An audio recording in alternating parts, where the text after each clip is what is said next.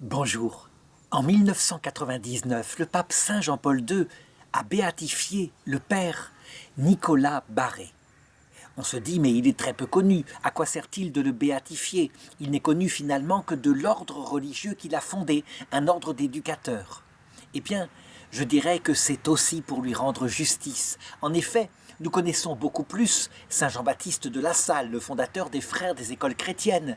Mais ce que nous oublions, c'est que ce géant qu'était Saint Jean-Baptiste de La Salle, avec cet effet formidable pour l'éducation des enfants qui a produit en Occident, en Europe occidentale en particulier, une exaltation de la culture, une montée de l'intelligence, de la formation, de toutes les façons possibles.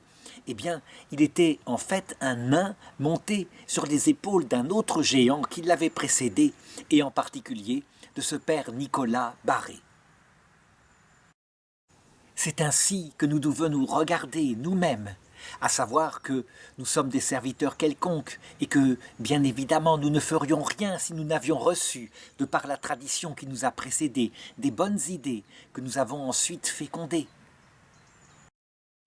Mais ce que je voudrais monter en premier, c'est que le père Nicolas Barré, par l'épreuve spirituelle qu'il vécut alors qu'il était jeune professeur de théologie, juste après son ordination, eh bien, c'est lui qui a appris à tous ceux qui l'ont entouré, les jeunes femmes en particulier qui se sont consacrées à l'enseignement des filles, parce que c'est ce qu'il a créé, des écoles catholiques pour filles, des écoles gratuites, des écoles ouvertes à toutes, eh bien, il leur a communiqué cette pauvreté de cœur, à savoir ne pas rechercher immédiatement, trop rapidement, un résultat, faire confiance en Dieu.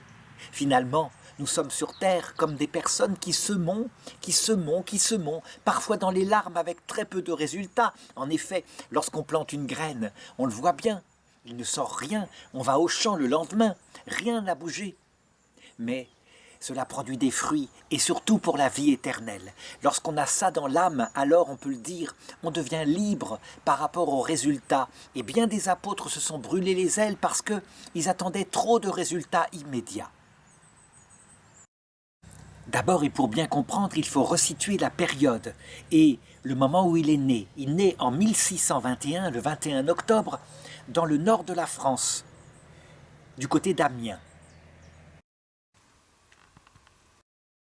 Nous sommes donc près d'un siècle après la grande crise qui a touché l'Église d'Occident, la réforme protestante. Entre-temps, il y a eu le Concile de Trente. Les choses ont été rectifiées, mais c'était le siècle des guerres de religion, qui ont été calmées peu à peu à cette époque-là par les rois, en particulier par le roi Henri IV. L'hérésie protestante qui a secoué et divisé l'Église en deux parties en Europe, sans doute parce qu'elle était trop puissante, parce que, ayant des succès brillants depuis la réforme de Saint Grégoire VII, vers l'an 1080, eh bien, elle se montrait orgueilleuse. Cette hérésie suscita un vrai renouveau spirituel, avec en particulier, par l'action de Dieu, la fondation des Jésuites. Dans sa jeunesse, avec ses parents qui étaient de riches commerçants, qui eurent 5 enfants, qui les éduquèrent de la meilleure façon possible, il put rejoindre un collège des Jésuites et s'initier là à leur formation. Ces pédagogues étaient extraordinaires, il faut le reconnaître. Saint Ignace de Loyola avait été militaire, il avait organisé son ordre et n'avait plus qu'une idée, faire connaître le Christ partout dans le monde. Or, il divisa avec rationalité le monde en deux choses, les anciennes terres chrétiennes qu'il fallait réévangéliser, et pour cela il fonda des collèges en particulier. Il reprit la jeunesse et ces collèges étaient réputés pour extrêmement cultivés. Saint Ignace de Loyola permit à des professeurs jésuites d'être à la pointe de la science de cette époque. Mais il fallait aussi annoncer l'évangile à ceux qui n'en avaient jamais entendu parler dans le monde entier. Il envoya donc des pères jésuites comme missionnaires, et le plus connu, c'est évidemment Saint François Xavier. Bref, eh bien, Nicolas Barré fait sa formation chez les Jésuites et là, il voit la piété. Les Jésuites sont capables de lui enseigner ce qu'il y a d'essentiel, mais de manière très intelligente. Et au bout d'un certain temps, évidemment, il tire les conséquences de ce qu'il a compris envers ses pères qu'il admire. Et loin de rentrer chez eux, ce que eux auraient peut-être espéré, il rentre chez des frères beaucoup plus pauvres, des frères mendiants, des frères qu'on appelle les minimes. des frères qui ne sont pas des franciscains, il ne faut pas les confondre, qui avaient été fondés par un franciscain appelé Saint François de Paule. Il faut que je raconte cette aventure, là encore, pour bien comprendre le choix que fait Nicolas Barré. Saint François de Paule avait vécu plus d'un siècle auparavant, il était mort en 1507, et lui aussi, pris par l'Esprit Saint, par cette attraction de Dieu, que certains, il faut le reconnaître, ne reçoivent pas en cette vie, mais ils la recevront, nous en sommes sûrs depuis le Concile Vatican II, ils la recevront tôt ou tard, en général à l'heure de leur mort. Eh bien lui, il fut attiré par Dieu. Il se fit ermite avec cette spiritualité de saint François d'Assise, et puis bientôt des disciples vinrent autour de lui. Sa réputation se répandit, alors qu'il était originaire de l'Italie, jusqu'en France, où le roi Louis XI essaya de le faire venir auprès de lui pour le rassurer par rapport à son salut éternel. Louis XI, ce roi rusé, ce roi qui avait sur la conscience beaucoup de choses négatives, eh bien, il réussit à le réconcilier avec Dieu. Il a été ensuite canonisé, en particulier par l'influence de reines de France comme Sainte Claude de France, qui elle-même fut plongée en dévotion. Elle était une reine un peu handicapée physique, mais elle mettait son cœur d'abord sur la présence de Dieu. L'ordre des frères minimes où il va rentrer, où Nicolas Damien va rentrer, est un ordre extraordinairement ascétique, avec beaucoup de jeûnes. On voit bien, il cherche l'absolu. Et là, ses supérieurs, se rendant compte qu'il est extraordinairement formé, qu'il est très intelligent, lui font faire ses études. Il est ordonné prêtre à l'âge de 24 ans. Et comme mission, il obtient de devenir professeur de théologie scolastique. Donc, la théologie qui était fort usitée ainsi, à cette époque-là en Europe, fondée en particulier sur saint Augustin et saint Thomas d'Aquin, professeur de théologie scolastique pour les jeunes frères du noviciat.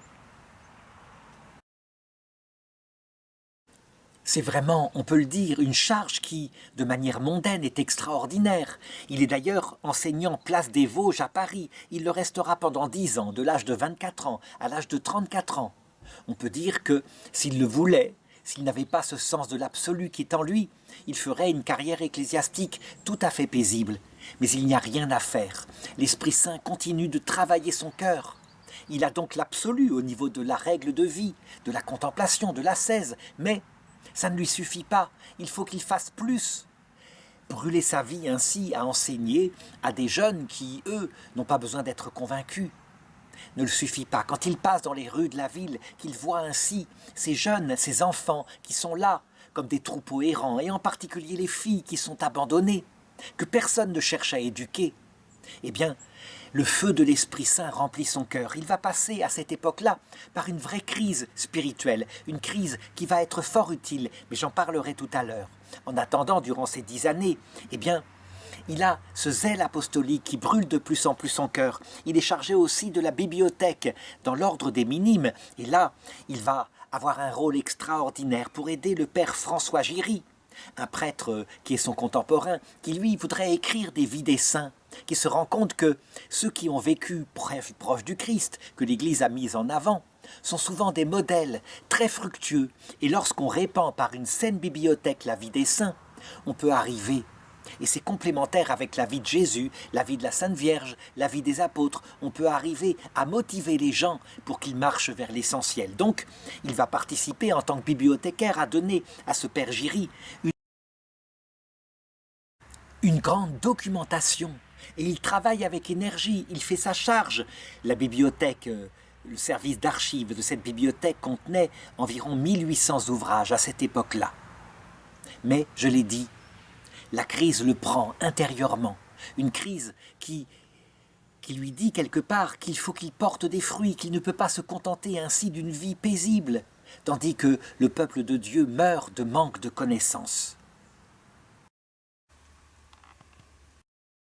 Ses supérieurs se rendent bien compte de la façon dont il maigrit, dont il semble malade, et donc ils le libèrent de quelques charges, sans même savoir si la maladie vient de l'âme ou si elle vient du corps. En réalité, elle vient de l'âme. Je crois que fondamentalement, il se dit « J'arriverai dans l'autre monde en ayant un talent que je n'ai pas fait fructifier à la mesure du Seigneur. et je devrais apparaître devant le terrible juge en n'ayant rien fait de ma vie. Et puis, peu à peu, je dirais, les choses vont se pacifier dans son âme. Je voudrais raconter une sorte de parabole qu'il a écrite plus tard et qui, véritablement, va le mettre en paix. En effet, quand on cherche à produire du fruit et à le mesurer extérieurement par quelque chose qu'on voit de ses yeux ici-bas sur la terre, on peut dire, on cherche en réalité quelque chose lié à l'espoir humain. Et c'est quelque chose qui peut ronger le cœur de l'apôtre. On se rappelle par exemple que saint Thomas, lorsqu'il était allé évangéliser l'Espagne, portait si peu de fruits qu'on dit que la Vierge lui apparut, Notre-Dame du Pilier, pour le rassurer là-dessus et lui dire « Mais c'est le Seigneur qui portera les fruits, toi on ne te demande que de combattre pour le Seigneur ». La Vierge, quand elle lui apparut ainsi, sur ce lieu qui est très vénéré en Espagne, était encore vivante dans sa chair sur la terre. C'est la première apparition de la Vierge ainsi reconnue. Eh bien lui, il fit à peu près le même cheminement. Et voilà la parabole qu'il écrit, qui résume, je pense, la façon dont il retrouva la paix. Il y avait dans une ville une femme qui était extraordinairement pauvre, mais extraordinairement volontaire aussi. Elle cherchait du travail désespérément. Elle n'avait qu'un petit morceau de pain à se mettre sous la dent. Elle rencontra un peu plus loin un riche agriculteur qui lui demanda, eh bien, de remplir les tonneaux qui étaient là, de les remplir avec de l'eau, et que il la paierait en fonction du travail qu'elle aurait abattu dans la journée. Il la paierait le soir, sans qu'elle ait rien à regretter. Il le lui promit. Et donc elle, courageuse, elle se mit au travail. Elle prenait un seau. Elle était très menue, et pourtant, de tout son effort, elle portait ce seau, et elle le vidait dans le grand tonneau. Et elle le vidait encore. Et puis, à un moment donné, elle regarda dans le tonneau, et elle se rendit compte qu'il était vide. Il n'y avait aucune eau à l'intérieur. Elle se demanda comment cette chose-là pouvait être arrivée, et elle se rendit compte qu'en réalité, la bonde, c'est-à-dire le bouchon au fond du tonneau, était ouverte. Alors, qu'est-ce qu'elle fit immédiatement avec son bon sens? Elle mit un bouchon solide, et elle reprit avec la même énergie son travail qui, symboliquement dans la parabole, signifie toute notre œuvre apostolique. Et avec énergie, reprenant le travail raté le matin, puisque le tonneau était vide, elle le remplit de nouveau, et elle le remplit, et elle le remplit, et elle vit avec joie l'eau qui commençait à monter dans le tonneau. Vers le milieu de la journée, le maître qui l'avait embauchée arriva, et il remarqua qu'elle avait mis un bouchon, et lui dit « Mais moi je vous demande d'enlever le bouchon, et de travailler comme cela. » Et elle répondit « Mais comment cela ? Je remplirai le tonneau, mais pour rien, il ne se remplira pas du tout. » Et le maître lui dit « Et tu comptes, toi, que ce qui me plaît, c'est que tu travailles avec efficacité, et s'il me plaît, que tu travailles simplement, avec énergie, pour moi, simplement pour moi. » Et la femme accepta, ce qui était évidemment quelque chose d'absolument extraordinaire. Elle était douée pour l'efficacité, et voilà qu'elle travaillait pour rien. Et l'après-midi se répandit, le soleil se fit très haut, et elle se découragea à un moment donné, et pourtant avec la même énergie, elle prenait de l'eau à la source et la portait dans le tonneau, et le tonneau se vidait. Il n'y avait pas une goutte d'eau dans le tonneau. Et puis arriva le soir, et la femme qui avait travaillé avec tant d'énergie, pour rien, elle se disait cela, eh bien, déclara au maître qui venait « Je ne mérite aucun salaire, j'ai gâché mon talent. » Mais le maître alors lui sourit et lui montra ce qui était caché sous le tonneau. En réalité, la bonde était certes ouverte, mais donnait directement la direction à un tuyau. Et ce tuyau conduisait à une vasque d'eau, une citerne immense qui était là sous la terre. Et il lui ouvrit la citerne, elle était remplie d'eau limpide. Et le maître lui dit « Voilà ce que ton travail a fait toute la journée. Tu as produit cela, tu as été fidèle, tu as travaillé pour moi. Reçois ta récompense. » Et il lui donna non seulement le salaire qu'il lui avait promis, mais il le doubla. La parabole, elle signifie ceci. Nous semons dans la douleur. Nous ne produisons que très peu de fruits. Quand je vois sur Internet la façon dont, ainsi, en parlant, simplement comme cela, eh bien, on peut être regardé le soir même par 1000 personnes et que dans le temps, il fallait qu'un apôtre fasse, eh bien, je ne sais pas, 20 retraites avec 50 personnes, 20 retraites où il se répétait pour toucher 1000 personnes. Donc, quelle efficacité donnée par la technique? Est-ce plus efficace? Mais non, ça ne se mesure pas ainsi. Ça se mesure selon la grâce du Saint-Esprit. La grâce qui ne se voit pas, mais de l'autre côté, nous verrons très exactement ce que nos efforts auront produit. Le père Nicolas Barré terminait sa parabole en expliquant « Et nous aurons la vie éternelle en héritage pour les petits travaux, nous faibles serviteurs que nous aurons faits. » On peut le dire, il avait retrouvé la joie et c'est ainsi qu'il se lança dans son apostolat sans chercher à faire plus que ce que le Seigneur voulait. Et donc, à partir de là, ayant retrouvé la santé, eh bien, il demanda à son supérieur de ne plus être professeur de théologie simplement, mais avec des personnes qui avaient le même souci des enfants et des filles en particulier autour de lui, de fonder une école, une petite école gratuite qui accueillerait ces enfants, qui leur donnerait les bases pour qu'elles puissent devenir plus tard, eh bien, capables de se sortir dans la vie et puis de bonnes mères de famille et des chrétiennes. Je voudrais m'arrêter ici. Lorsqu'on regarde toute la bibliographie qu'a produit le Père Barré, on le voit bien. C'est cette conversion mystique qui a expliqué ce qu'il a fait par la suite et l'immense fécondité qu'il a eue, puisque, je l'ai dit, d'autres après lui ont pris le relais. Ses œuvres complètes, c'est un commentaire du cantique spirituel, c'est aussi des lettres spirituelles qu'il écrit. La présence du Seigneur, manifestement, est d'abord dans son cœur, et il fait maintenant confiance au Seigneur. On peut presque voir en lui la spiritualité de Sainte Jeanne d'Arc, qui combattait aussi avec son épée pour sauver la France.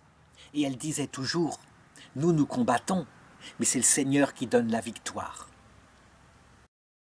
Voici un extrait, une phrase tirée d'une de ses lettres spirituelles qu'il envoie à une de ses institutrices. « Quoi qu'il arrive, soyez toujours en paix, ayez confiance en Dieu.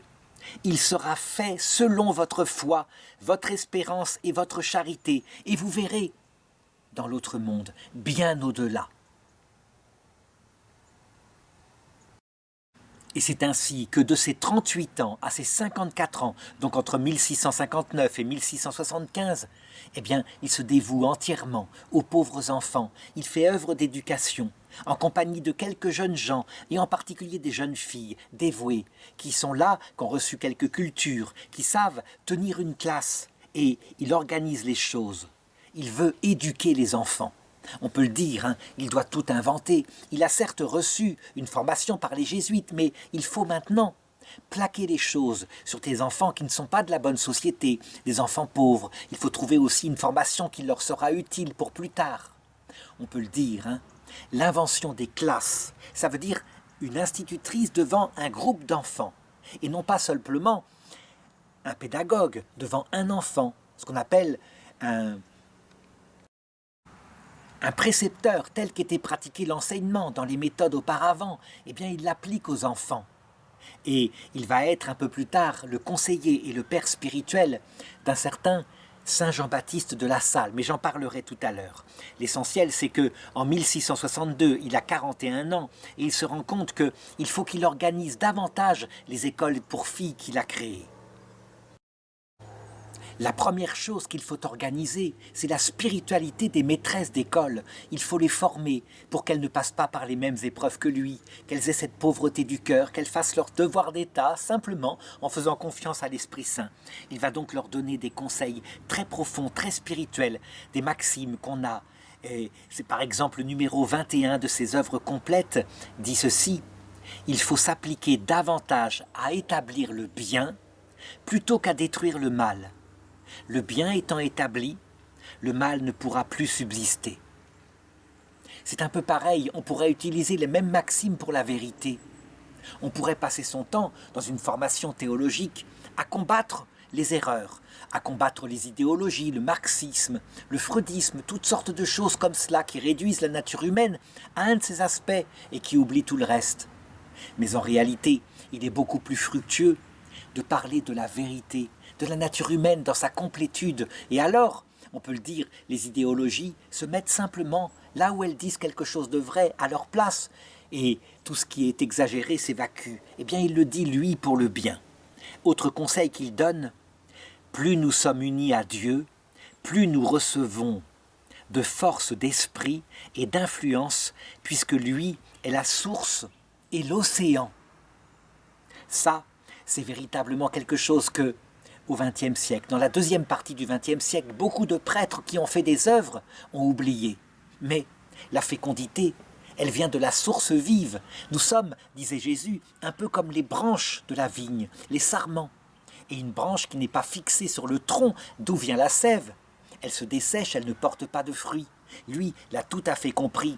Il est donc dans la lignée de ces saints de l'époque. Peu à peu, un peu partout, on se rend compte de son initiative, on l'appelle, on voudrait qu'il fonde des écoles, et puis des jeunes filles de bonne volonté viennent le rejoindre.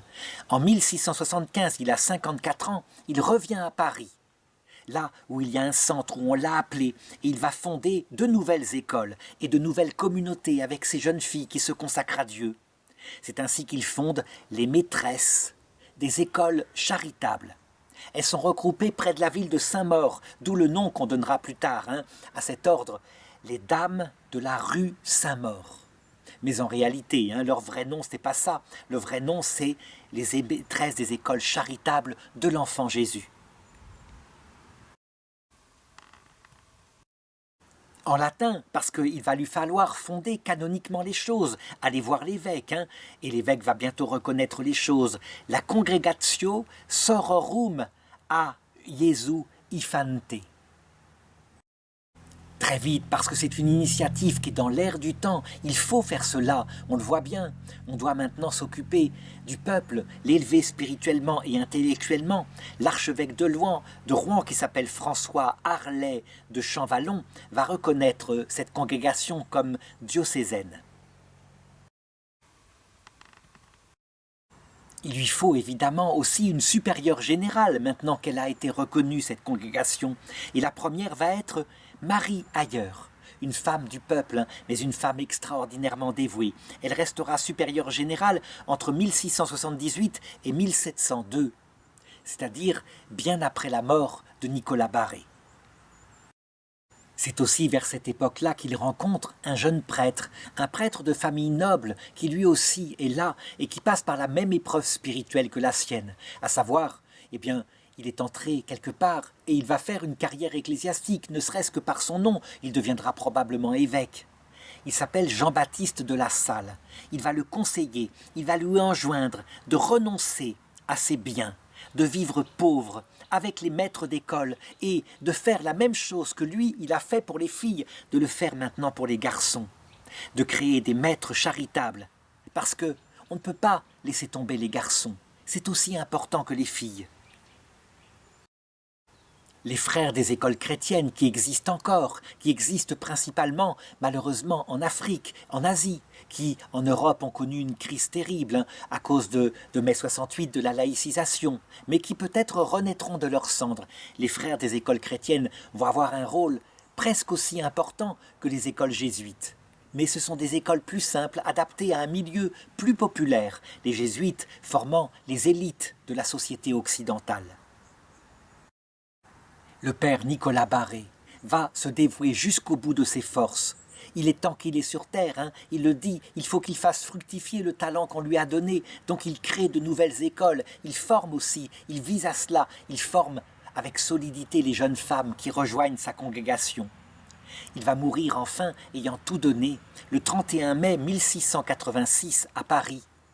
Et ensuite, il va être un peu oublié, du moins gardé en haute estime dans l'ordre qu'il a fondé, l'ordre des maîtresses évidemment, jusqu'à ce que, en 1919, justice lui soit rendue, que l'Église se souvienne du rôle important qu'il a eu ainsi, je l'ai dit, un géant parce qu'il était monté sur les épaules d'autres géants. Le procès en béatification va avoir du mal à se développer parce que l'ordre des minimes dont il faisait partie ayant été détruit à la Révolution française, les archives ont disparu. Il faudra reconstituer les choses. Or, pour béatifier quelqu'un, il y a d'abord une enquête de l'Église, enquête qui est certes faillible, qui s'appuie ici sur des documents parce qu'il n'y a plus aucun témoin de l'époque. Donc, on va réussir à reconstituer peu à peu les choses. Ce sera un travail extraordinairement laborieux. Et finalement, la positio, c'est-à-dire la thèse de l'Église, comme quoi véritablement il mériterait d'être vénérable, est publiée en 1970.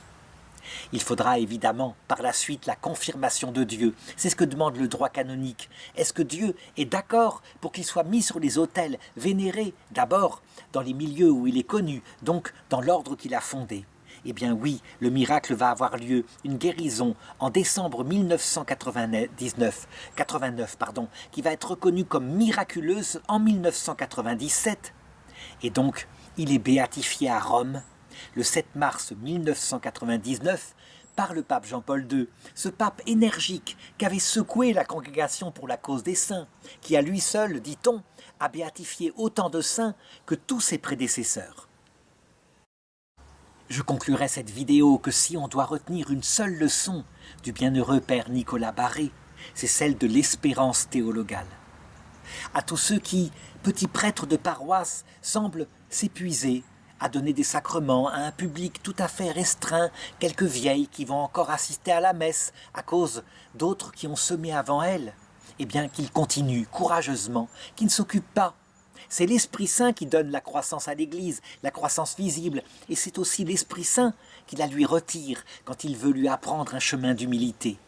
Mais ce que fait l'Esprit Saint, alors qu'il souffle, on l'entend souffler, mais on ne sait pas d'où il vient, on ne sait pas où il veut aller.